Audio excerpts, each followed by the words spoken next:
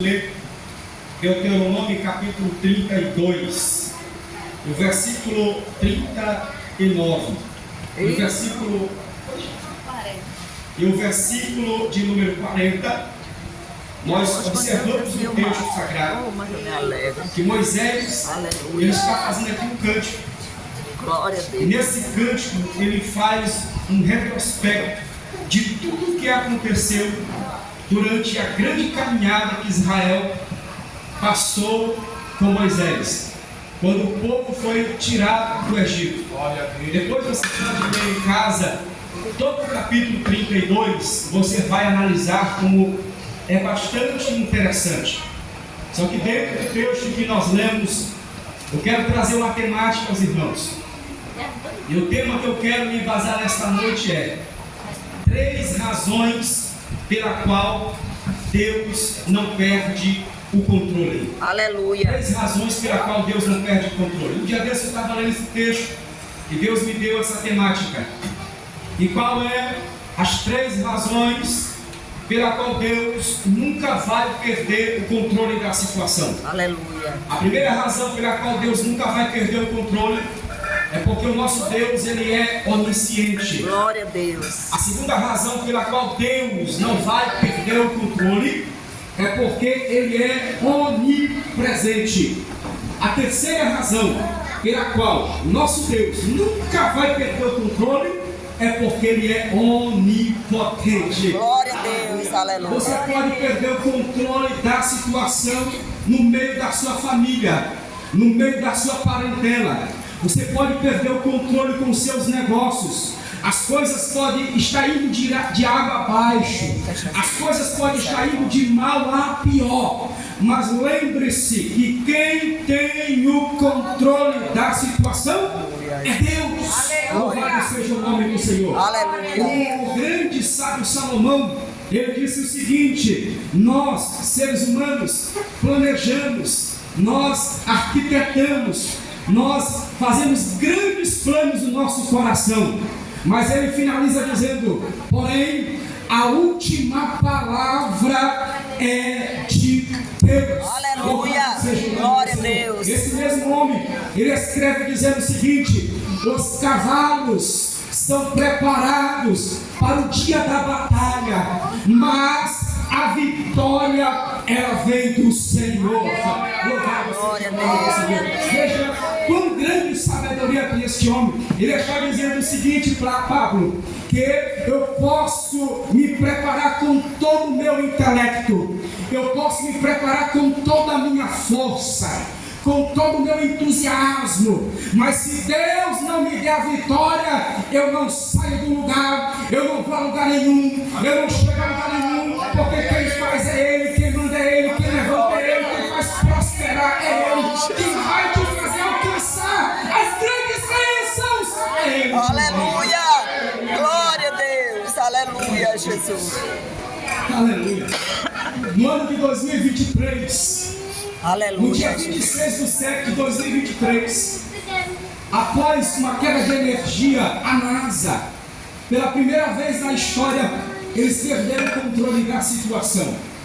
O Boeing Washington Johnson Space Center, ele perdeu o controle da situação, e alguns tripulantes que estavam ali não tiveram contato com aqueles que estavam na Terra.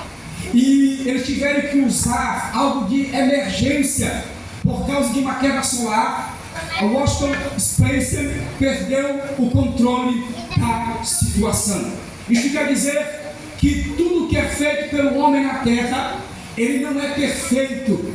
Algum momento ou em alguma hora ele vai perder o controle da situação. Os meteorologistas, eles podem até prever a chuva, um meteoro ou coisa semelhante, mas eles não têm o controle, não têm na palma da mão de controlar a situação de um terremoto, de uma chuva de granizo. Eles podem até prever, mas eles não têm o controle da situação. O único que tem o controle da situação só se chama um: Yahvé.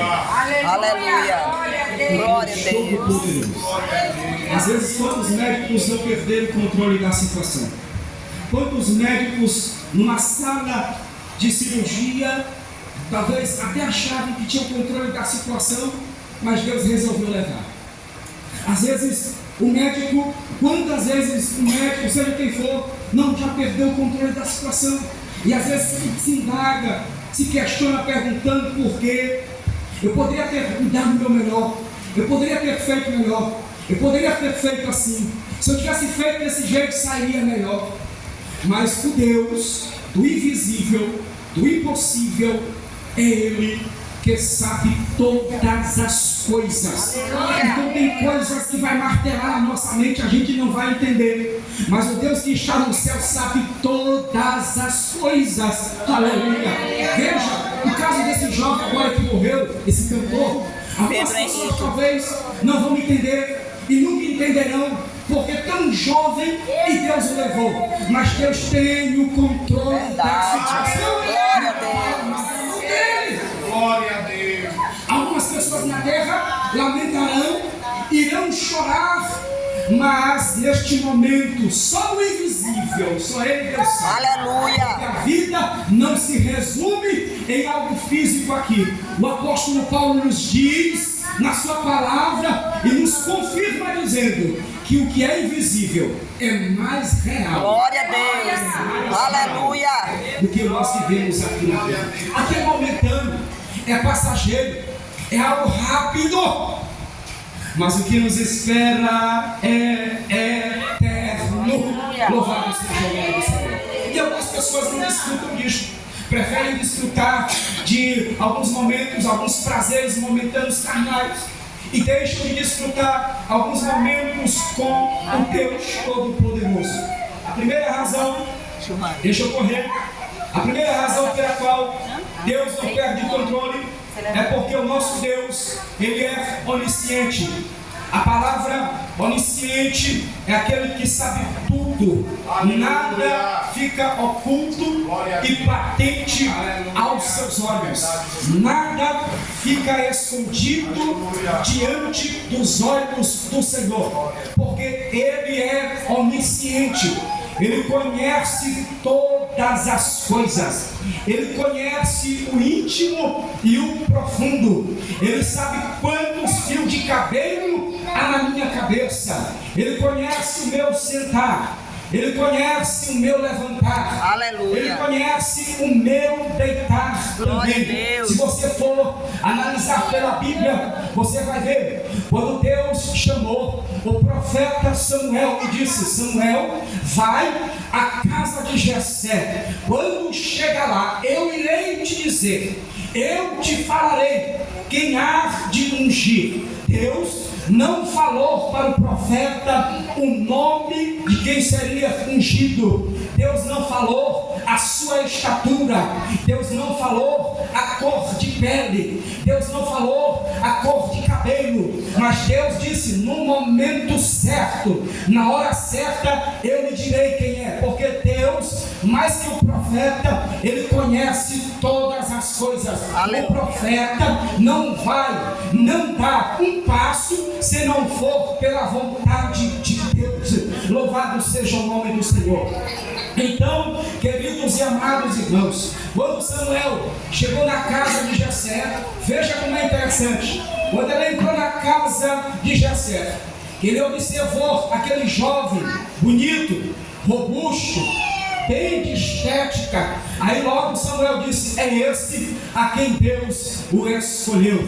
Ele olhou para a aparência, ele olhou para a beleza física, ele olhou para a sua estatura e viu: não tem como ser outro, porque diante de todos os filhos de Jessé que eu vejo, este é o mais belo, este é o mais forte, tem pinta de guerreiro, tem pinta de rei, mas não é. Talvez o homem vê ele como rei, mas não é. Talvez o homem vê ele como profeta, mas não é. Aí quando ele olha, diz assim: é esse o homem a quem Deus o escolhera. Quando Samuel, talvez, vou conjecturar aqui, aproximou-se do jovem para ungir, Deus bradou no coração do profeta dizendo: Samuel, não olhes para a estatura, não olhe para o seu porte forte físico, não é este a quem eu escolhi. Só que o mais forte é quando Deus diz assim, ó, eu o rejeitei. Por quê? Deus não escolheu aquele a quem Deus havia escolhido, não estava naquele ambiente. A quem Deus havia escolhido não estava naquele recipiente. Ele estava cuidando de ovelha, estava no meio do mato, menino matuto, cuidando de ovelha, mas maduro espiritualmente. Então, quando Deus bradou no coração do jovem profeta, ele passou todos os jovens passaram pelo Samuel. Aí quando Samuel perguntou para Jessé, sim, não tem mais ninguém? Eles têm um menor, ele está cuidando de ovelhas, está no pasto. Então o profeta diz assim, então vamos fazer o seguinte, mandem chamar, e nós não vamos nos assentar à mesa enquanto ele não chegar. Nós só assentaremos na mesa, só comeremos, beberemos quando ele chegar. Então mandaram chamar o menino.